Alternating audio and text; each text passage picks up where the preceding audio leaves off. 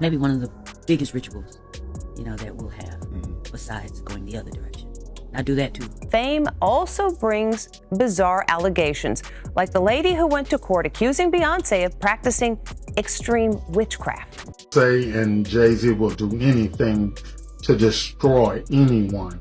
It seems there's some buzz about Beyonce possibly exploring witchcraft to maintain her superstar status. Interestingly, Erykah Badu, another renowned singer, has hinted at this development. This revelation has sparked speculation and stirred up some tension between the two artists. Quite the unexpected twist, isn't it? Erykah Badu, celebrated for her remarkable music career spanning decades, possesses a captivating personal narrative, particularly concerning her ties within the rap industry. Surprisingly, there's a lesser-known aspect to her journey that suggests numerous rappers harbored a sense of caution around her, purportedly due to her entrancing allure. It's rumored that Badu exudes a distinct vibe that not only draws in but also unsettles even the most formidable rappers. Rising to prominence in the late 90s, she garnered acclaim, clinching Grammys and emerging as a prominent figure in the neo-soul movement. This genre, featuring luminaries such as Jill Scott, D'Angelo, Musiq Soulchild, and Bilal, spearheaded a revival of potent soul music intertwined with social consciousness.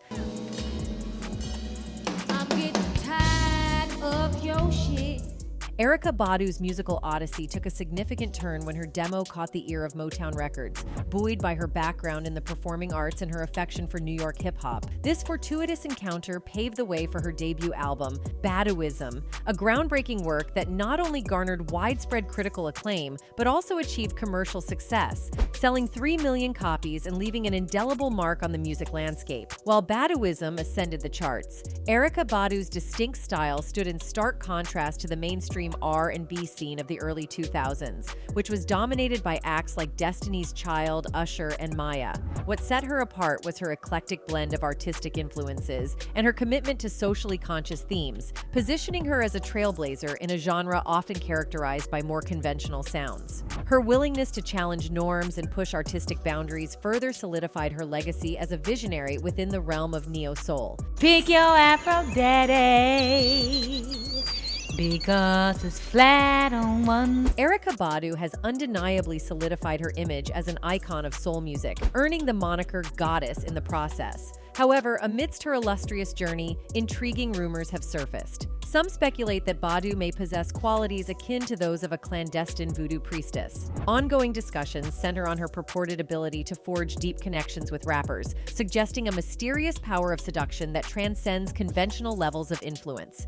You are acutely aware of the urban legend that men can't look you in the eye without falling in love. That's why I try to wear it. There's a buzz circulating that when Erykah focuses her attention on a rapper and becomes romantically involved, it's as if they undergo a complete metamorphosis. Rumor has it that individuals entangled in these relationships emerge transformed, be it in their behavior, mindset, or even their appearance. What's particularly intriguing is the name she selected for her record label, Control Freak Records. This choice hints at a fascinating perspective on Badu's influence, suggesting she may possess a level of control or the ability to catalyze changes in the lives of those in her inner circle. It aligns with the rumors about her captivating charm harboring this transformative power.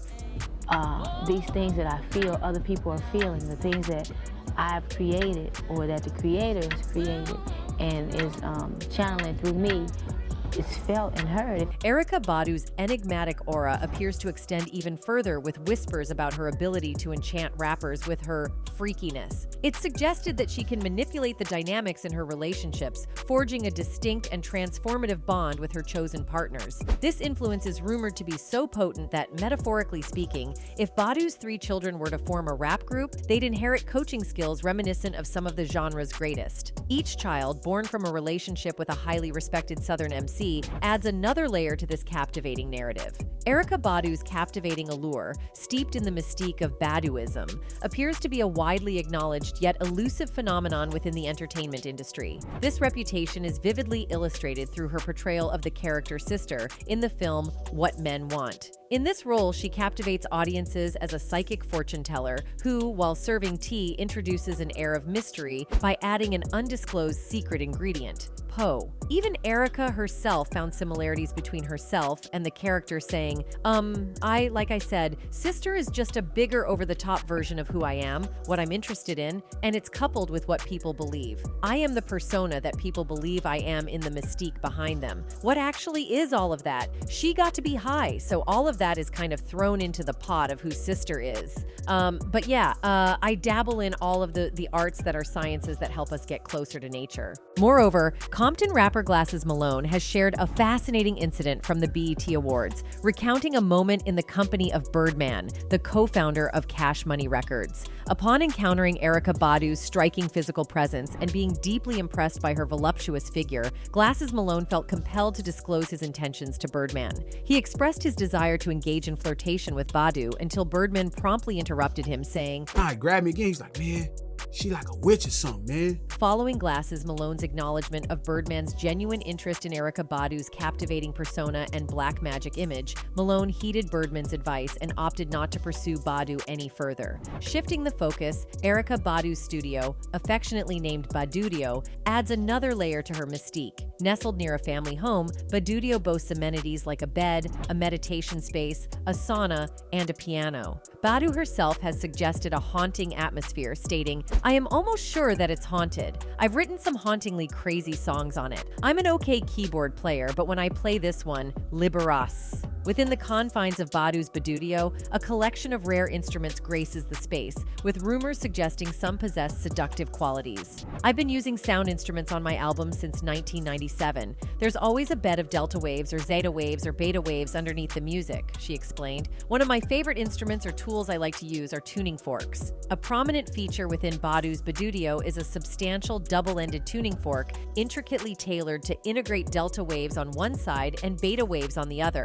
Delta waves, renowned as brain waves associated with deep sleep, play a crucial role in promoting restful sleep, enhancing the immune system, and reducing stress. On the contrary, beta waves are linked to alertness, mental activity, memory, and overall cognitive performance. This distinctive tuning fork not only contributes to the studio's diverse collection, but also mirrors Badu's affinity for holistic elements that embrace both relaxation and mental acuity.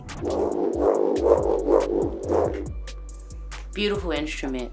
Very low frequency, good for the lower chakra. And we find some traces of tuning forks as witchcraft. It is widely believed that tuning forks is a process used in magic. Speaking of tuning, Badu also found a way to wear one in her mouth. "I'm from Dallas, Texas, South Dallas, Texas, to be exact, the home of people that actually get real gold teeth put in their mouth," she said. "I designed this grill, and it's a tuning fork, controlling the frequency of the environment." People openly discuss the magnetic charm attributed to her, as highlighted during her appearance on the Tamron Hall show. When asked about the rumor suggesting that men find it difficult to gaze into her eyes without feeling a yearning for her love, Badu acknowledged the speculation, saying, "Women too, and children and animals, any living, breathing thing. My power, I think it's indescribable, and the bedroom, that's not where you're gonna find it because my magic doesn't lie between my thighs, it lies between my ears." However, according to her, there is another celebrity who is involved in witchcraft who is Queen Bey. You might have noticed, but there had already been suspicions about Beyonce's seemingly on occultic side. Way back in 2018, Kimberly Thompson, Beyonce's former drummer, had accused the singer for extreme witchcraft and magic spells of M. Seemingly, this was what she said. It's literally shattered everything that I've tried to build after doing that work in my life.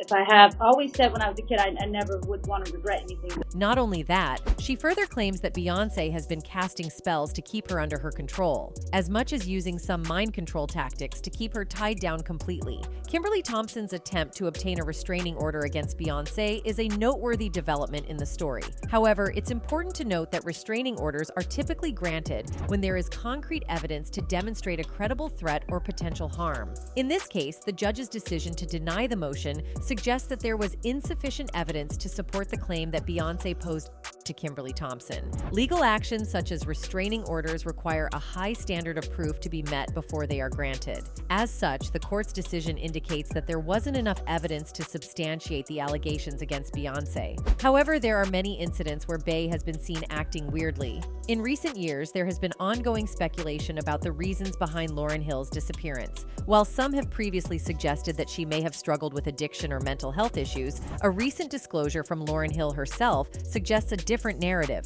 According to her, it appears that her career decline was orchestrated by her closest friend and collaborator, Beyonce. Young people know that it is not a burden to love him and to represent him. Lauryn Hill's rise to stardom was rapid, achieving milestones that continue to pose a challenge for contemporary rap artists to surpass, even 2 decades after her breakthrough. However, the perplexing aspect lies in the swift decline of her career after the release of just one album, considering her immense potential to accomplish even greater feats. Until I realized that until you conquer the enemy in yourself, you can't deal with anyone. Back in the past, about 15 years ago, the starlight of a 23-year-old Lauryn Hill reached its zenith as she unveiled what would ultimately stand as her defining musical legacy. Prior to this, she had soared to fame as a member of the hip-hop trio the Feuds, alongside fellow artists Wyclef Jean and Pra. Her solo album, The Miseducation of Lauryn Hill, followed, becoming a phenomenon with its multi-platinum sales and securing 5 Grammy Awards for the exceptionally talented singer-rapper. These achievements etched her name in history as the first female artist to earn multiple Grammy nominations and wins in a single night, while her album also marked the first hip-hop themed work to seize the prestigious Album of the Year Grammy. Curiously, during the very year of Lauryn's solo album introduction, another significant talent began to make waves in the pop realm. A 16-year-old artist who would eventually go by her first name alone, Beyonce, stepped onto the scene with Destiny's Child and their self-titled debut album. Intriguingly, there exists a subtle 1-degree connection between these two icons. Destiny's Child collaborated with Wyclef on their track No No No, marking the release of their first successful single that ascended to the summit of R&B charts. Breaking the record for the most Grammy wins of all time. Be upstanding and show your respect. It's Renaissance. Beyonce. In retrospect, a closely intertwined narrative unfolds. As one star's trajectory faltered, another soared. The focal point, Lauryn Hill, reportedly declined a lead role in the Hollywood production Charlie's Angels, aligning herself with a specific brand of feminism. Reflecting on this decision in an interview, Hill remarked, "Men like it when you sing to them, but step out and try and control things. And there are doubts. This is a very S industry. They'll never throw the genius's title to a sister." Interestingly, Lauryn Hill's initial taste of success came through acting. In 1991, she made her debut alongside Jean in a hip-hop adaptation of Shakespeare's Twelfth Night titled Club Threethin. Recognizing her potential, a talent agent discovered Hill and secured her a role on the soap opera As the World Turns. Subsequently, she graced the screen in Sister Act 2, Back in the Habit, earning praise from film critic Roger Ebert, who lamented that her remarkable talent was underutilized. Hill's acting journey also led her to Steven Soderbergh's King of the Hill. I don't know, I've just been thinking about things. My mother thinks singing is dead. Gradually, the weight of celebrity began to take its toll on Hill. Her days became a whirlwind of tours, film projects, and music production, with even the simple act of shopping tainted by the constant presence of paparazzi. In response, she parted ways with her managers, withdrew from the public eye, and embraced a new routine centered around Bible study sessions. These classes, held 5 days a week and led by a figure known as Brother Anthony, left a profound impact on her. Reflecting on this period, Pross would later tell Rolling Stone in 2003, "I had a tape of his teachings. That S is ill. F me up. I can't really explain it. It was some weird S, man. It was some real cult S." In stark contrast, the other luminary, Beyonce, and her group mates contributed the empowering anthem Independent Women Part 1 to the film's soundtrack. As events unfolded, one star appeared to fade from the media spotlight, while the other continued to dazzle across various publications, gracing the pages of Sports Illustrated, Vogue, GQ, and even the feminist magazine Miss One Luminary, showcased a talent for crafting poignant lyrics, effortlessly blending rap and melody to delve into themes such as politics, love, religion, and critiquing the impact of corporate media. In contrast, the other leaned towards more superficial endeavors, focusing on the vibrant nightlife, projecting an aura of glamour, and embracing her financial autonomy as she navigated through heartaches and fleeting romances. People are so brainwashed. You get up in the morning, you click on the computer, you see all these pictures, and it's all you think of is the picture and the image that you see. Subsequently, it came to light that the song featured in Charlie's Angels had been passed on to Beyoncé after she declined the film role. However, Beyoncé's standing in the music industry hasn't been without its controversies. She's been associated with a willingness to trade artistic integrity for opportunities and recognition. Historically, Beyoncé has been observed to readily accept offers purely for the allure of monetary gain and celebrity status. This pattern seems to have persisted in her decision to take on this particular song. At the time, Lauryn could not have anticipated that this seemingly small act would have such far-reaching consequences for the trajectory of her own career. In an interview, she said, "People need to understand that the Lauryn Hill they were exposed to in the beginning was all that was allowed in that arena at the time. I had to step away for the sake of the machine. I was being way too compromised. I felt uncomfortable having to smile in someone's face when I really didn't like them or know them well enough to like." Moreover, when Beyoncé was busy selling her soul, Lauryn was busy gaining all the spiritual aura as Miseducation stands as an immaculately crafted masterpiece, brought to life through the collaborative efforts of a diverse ensemble of musicians. Its lyrics remain unrivaled expressions of both heartache and rebirth, symbolizing liberation from the constraints of society and a steadfast reliance on a higher power. And in my humility, and in those places that most people wouldn't expect a lesson to come from, that's where I learned so much. In addition, the complete album Odyssey, presented by Beyoncé in Lemonade in 2016, shares a comparable coherence with the unified vision of miseducation. Beyoncé, who included a cover of X Factor during her 2014 On the Run tour, has acknowledged the influence of miseducation on her own artistic expression.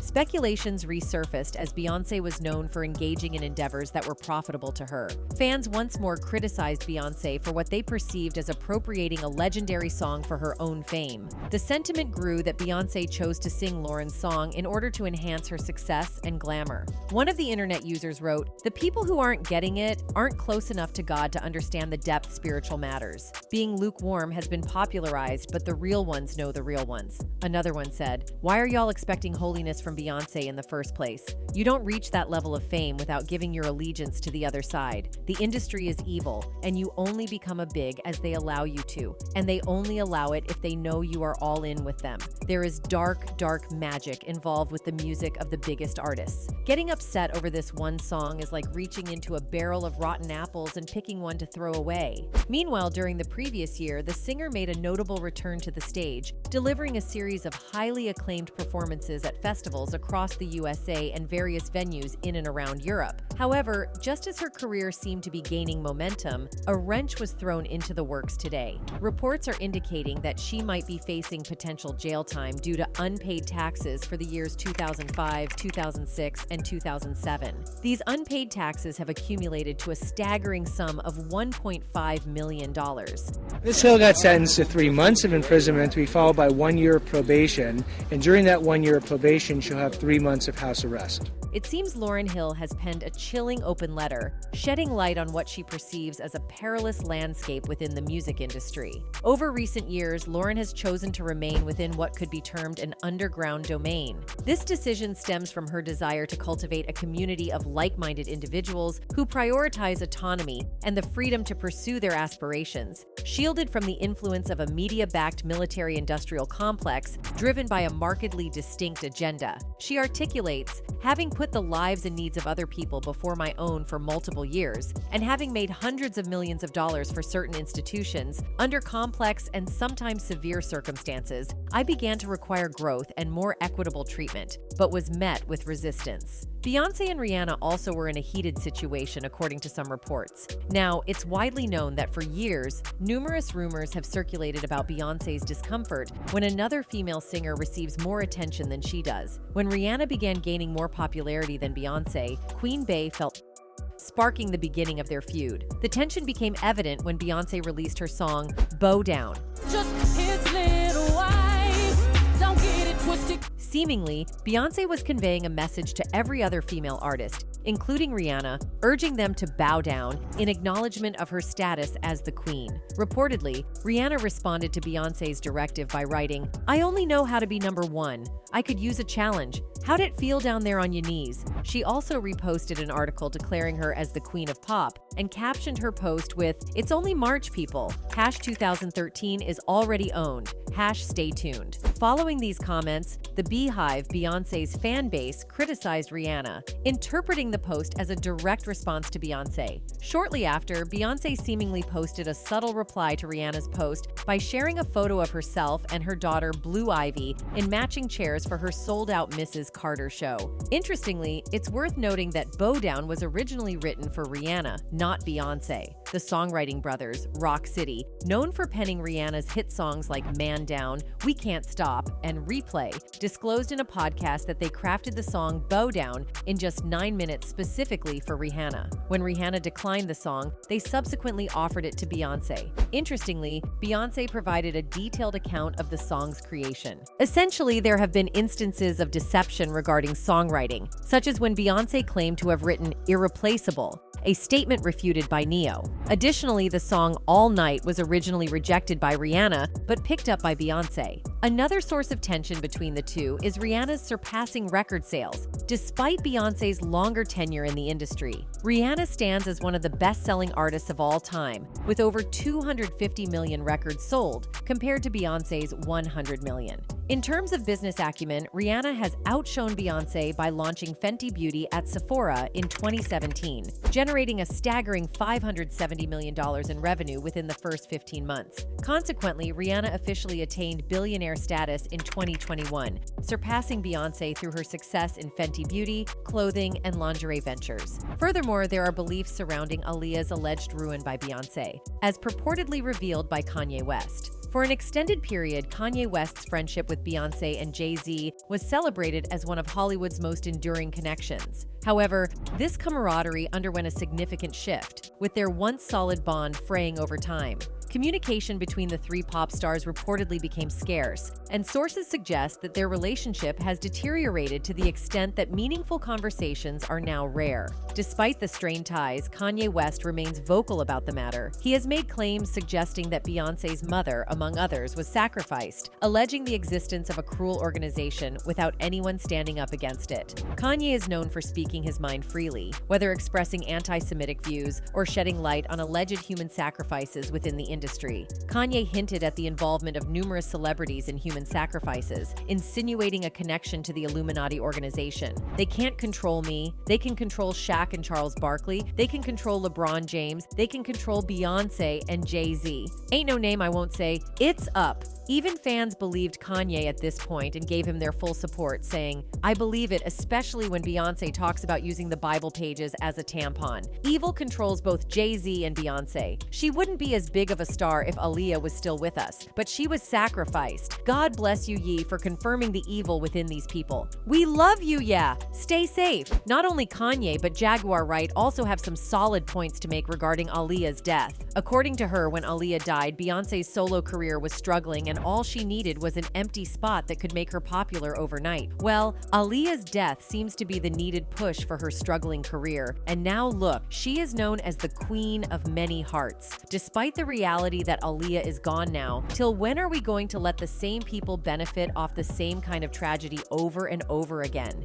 It's high time that they should pay for their crimes. Even fans are praising Jaguar for standing up for their beloved songstress, saying, "I will never forget Aaliyah. She will always be in my heart. I hate what the industry did to her. It is hard for me to hear her music nowadays without getting choked up. Her soul was love, endless love. You could see it in the way she treated other people. She was of pure heart. Thank you for speaking on this, Jaguar." Beyoncé and Jay-Z have long been the subject of wild accusations and complex conspiracy theories. One of the most notorious claims suggests that the power couple is somehow tied to the infamous Illuminati, supposedly pulling strings behind the scenes to shape a new world order. According to these imaginative stories, Beyoncé and Jay-Z use their music videos and performances to manipulate and control the public, fueling suspicions of hidden agendas surrounding their fame. For years, Jay-Z has been known to thrive throw up a hand signal resembling a triangle during his shows, often interpreted as a nod to his label, Rockefeller Records, which uses a diamond as its logo.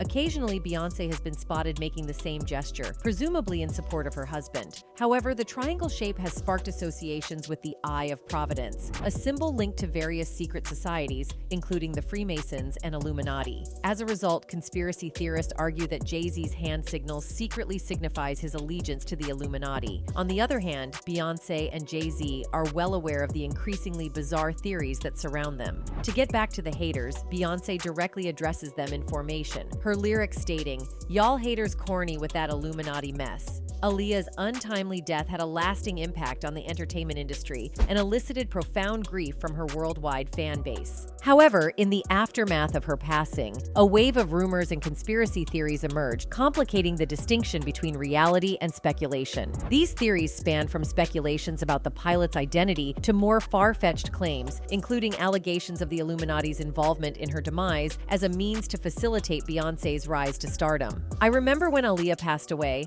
I was really upset," journalist Ian Doley says. "The story kept saying that she was adamant about getting on the plane. I was almost upset with her. Why did you want to get on that plane so badly? I remember wrestling with this, being like, well, she wanted to get back to Damon Dash, she wanted to be with her team, and who wouldn't want their stuff with them?" The question frequently surfaces, why Beyoncé? Aaliyah and Beyoncé, both rising from R&B backgrounds with burgeoning acting careers, were seen as pursuing similar dreams, laying the foundation for an alleged rivalry. According to the theory, the Illuminati supposedly favored Beyoncé to continue their legacy, as Aaliyah was purportedly seeking to break free from it.